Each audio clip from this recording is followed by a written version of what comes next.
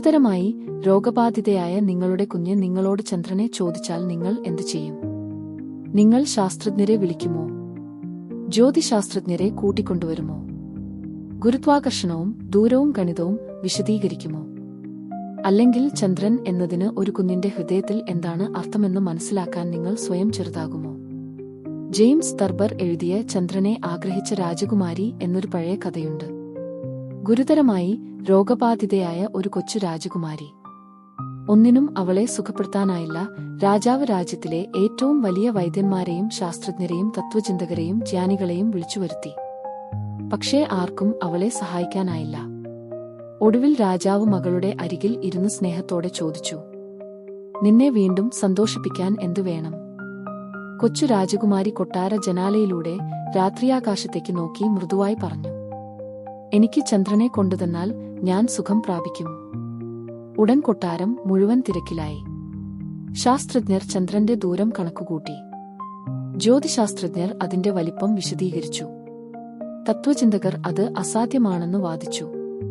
ഗുരുത്വാകർഷണവും ജ്യോതിശാസ്ത്രവും ഗണിതവും യുക്തിയും കുറിച്ച് അവർ സംസാരിച്ചു. പക്ഷേ ആർക്കും ആ കുഞ്ഞിന്റെ ഹൃദയത്തിൽ അത്ഭുതം ജനിപ്പിക്കാനായില്ല. ഇവിടെയാണ് അസ്വസ്ഥമാക്കുന്ന സത്യം. ഞാനാണ് ആ ശാസ്ത്രജ്ഞൻ. എനിക്ക് ദൈവശാസ്ത്രം വിശദീകരിക്കാൻ കഴിയും. സിദ്ധാന്തങ്ങൾ നിർവചിക്കാം. ത്രിത്വത്തെ ചിത്രീകരിക്കാം. എന്നാൽ ചിലപ്പോൾ മുറിവേറ്റ ഒരു ഹൃദയത്തിന്റെ അരികിൽ നിശബ്ദമായി ഇരിക്കാൻ ഞാൻ മറക്കുന്നു. ഒരുപക്ഷേ അതാണ് ഇന്നത്തെ മനുഷ്യരാശിയുടെ വലിയ ദുരന്തം. എല്ലാം വിശകലനം ചെയ്യാൻ നമുക്ക് അറിയാമേ, പക്ഷേ ആരാധിക്കാൻ നമുക്ക് അറിയുന്നില്ല. ഡിജിറ്റലായി ബന്ധപ്പെടാൻ നമുക്ക് അറിയാം, പക്ഷേ ആത്മീയമായി ഒരുമിക്കാനറിയില്ല.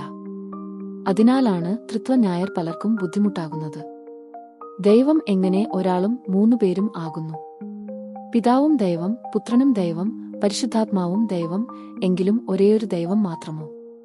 ചിലർ ഈ രഹസ്യം പൂർണ്ണമായി മനസ്സിലാക്കാനാകാത്തതിനാൽ അതിനെ നിരസിക്കുന്നു. മറ്റു ചിലർ അതിനെ രേഖാചിത്രങ്ങളിലേക്കും സൂത്രവാക്യങ്ങളിലേക്കും ചുരുക്കുന്നു. പക്ഷേ ത്രിത്വം ഒരു ഗണിത പ്രശ്നമല്ല.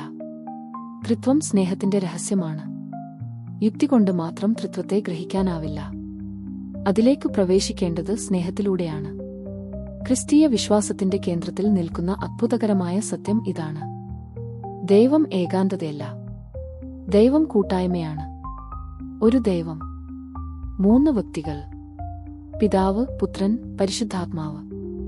വ്യത്യസ്തരായിട്ടും വേർപിരിയാത്തവർ, വേറിട്ടവരായിട്ടും പൂർണ്ണമായും ഒന്നായവർ. ഇന്നത്തെ സുവിശേഷത്തിൽ യേശു ശിഷ്യന്മാരോട് കൽപ്പിക്കുന്നു, ആകയാൽ നിങ്ങൾ പോയി സകലജാതികളെയും ശിഷ്യരാക്കി പിതാവിന്റെയും പുത്രന്റെയും പരിശുദ്ധാത്മാവിന്റെയും നാമത്തിൽ അവരെ സ്നാനം കഴിപ്പിൻ.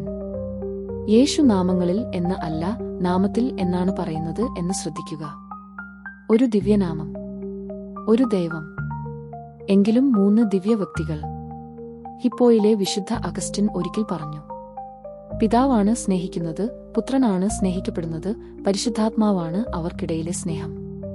സൃഷ്ടി ആരംഭിക്കുന്നതിനു മുമ്പ്, നക്ഷത്രങ്ങൾ ജനിക്കുന്നതിനു മുമ്പ്, സമുദ്രങ്ങൾ തീരത്തെ തൊടുന്നതിനും മുമ്പ്, മനുഷ്യൻ ആദ്യ ശ്വാസം എടുക്കുന്നതിനും മുമ്പ് സ്നേഹം ഇതിനകം ഉണ്ടായിരുന്നു.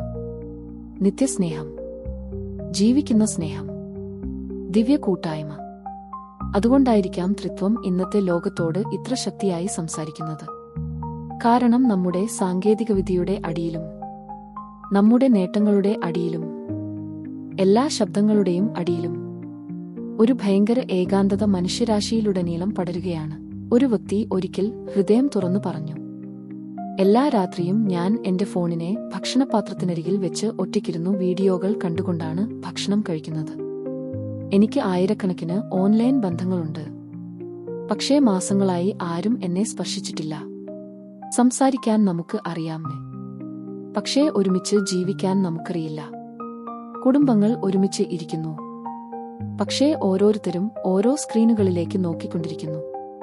സ്വയം നഷ്ടപ്പെടുമെന്ന ഭയത്തിൽ മനുഷ്യർ പ്രതിബദ്ധതയെ ഭയപ്പെടുന്നു. സ്വന്തം വ്യക്തിത്വം അത്രയും കാത്തുസൂക്ഷിക്കുന്നതിനാൽ സ്നേഹിക്കാനുള്ള കഴിവ് നമുക്ക് മന്ദമായി നഷ്ടമാകുന്നു. എന്നാൽ ത്രിത്വം നമ്മോട് ഒരു അത്ഭുതകരമായ സത്യം വെളിപ്പെടുത്തുന്നു. ഐക്യം വ്യക്തിത്വത്തെ നശിപ്പിക്കുന്നില്ല. പിതാവ് പുത്രനല്ല, പുത്രൻ ആത്മാവല്ല, എങ്കിലും ഓരോരുത്തരും മറ്റൊരാളിനു വേണ്ടി പൂർണ്ണമായി ജീവിക്കുന്നു. വ്യക്തിത്വം നഷ്ടപ്പെടാതെ പൂർണ്ണ കൂട്ടായ്മ. ട്രിനിറ്റിയുടെ വിശുദ്ധ എലിസബത്ത് ഇത് ആഴത്തിൽ മനസ്സിലാക്കിയിരുന്നു. 26-ാം വയസ്സിൽ അവർ മരിച്ചു. ജീവിച്ചിരിക്കുമ്പോൾ അവർ പ്രശസ്തയായിരുന്നില്ല. ഡിജോണിലെ ഒരു കാർമലൈറ്റ് മഠത്തിൽ അവർ നിശബ്ദമായി ജീവിച്ചു. എന്നാൽ പല ആധുനിക മനുഷ്യരും ഒരിക്കലും കണ്ടെത്താത്ത ഒരു സത്യം അവർ കണ്ടെത്തി. അവർ ത്രിത്വത്തിനുള്ളിൽ ജീവിക്കാൻ പഠിച്ചു. അവർ ത്രിത്വത്തെ വിളിച്ചത് എന്റെ 3. അവർക്കായി പിതാവും പുത്രനും പരിശുദ്ധാത്മാവും വെറും ദൈവശാസ്ത്ര ആശയങ്ങളായിരുന്നില്ല. അവരുടെ ആത്മാവിൽ വസിക്കുന്ന ജീവനുള്ള സാന്നിധ്യമായിരുന്നു.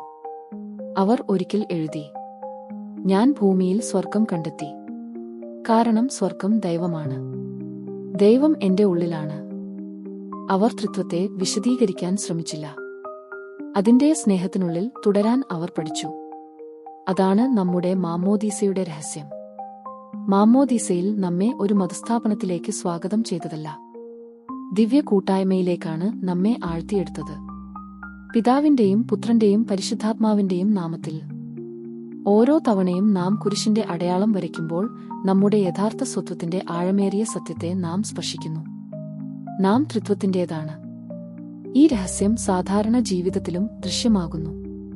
ക്ഷീണിച്ച ഒരു അമ്മ, പോരാട്ടങ്ങളിലൂടെ കടന്നുപോകുന്ന ഒരു പിതാവ്, ഭക്ഷണമേശക്കരികിൽ നിശബ്ദമായി കാത്തിരിക്കുന്ന ഒരു കുഞ്ഞ്, വേദനാജനകമായ തർക്കത്തിനു ശേഷം പരസ്പരം ക്ഷമിക്കുന്ന ഒരു കുടുംബം. ബലഹീനതകളുണ്ടായിട്ടും ഒരുമിച്ച് തുടരുന്നു. അതും ത്രിത്വത്തിന്റെ പ്രതിധ്വനിയാകുന്നു. സ്നേഹം ഒരു വ്യക്തിയെ നശിപ്പിക്കുന്നില്ല. സ്നേഹം ഒരാളെ കൂടുതൽ പൂർണ്ണമായി ജീവിക്കാൻ അനുവദിക്കുന്നു.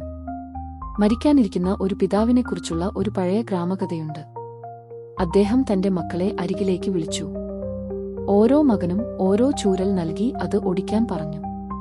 അവർ അത് എളുപ്പത്തിൽ ഒടിച്ചു. പിന്നീട് ആ വൃദ്ധൻ നിരവധി ചൂരലുകൾ ചേർത്ത് ഒരു കെട്ടാക്കി. ഇത്തവണ ആർക്കും അത് ഒടിക്കാനായില്ല. വൃദ്ധനായ പിതാവ് മക്കളെ നോക്കി പറഞ്ഞു, നിങ്ങൾ ഒറ്റയ്ക്കായാൽ ദുർബലരാണ്, ഒരുമിച്ചാൽ ശക്തരാണ്. ഒരുപക്ഷേ അതാണ് ഇന്നത്തെ മനുഷ്യരാശിയുടെ വലിയ ദുരന്തം. നാം ആത്മീയമായി ഒറ്റപ്പെട്ടവരായി മാറിയിരിക്കുന്നു. കീഴടങ്ങലിനെ നാം ഭയപ്പെടുന്നു. ഒരാളുടേതായി മാറുന്നതിനെ നാം ഭയപ്പെടുന്നു. കൂട്ടായ്മയെ നാം ഭയപ്പെടുന്നു. എന്നാൽ ഒറ്റപ്പെട്ട ഹൃദയങ്ങൾ ദുർബലമായ ഹൃദയങ്ങളായി മാറുന്നു.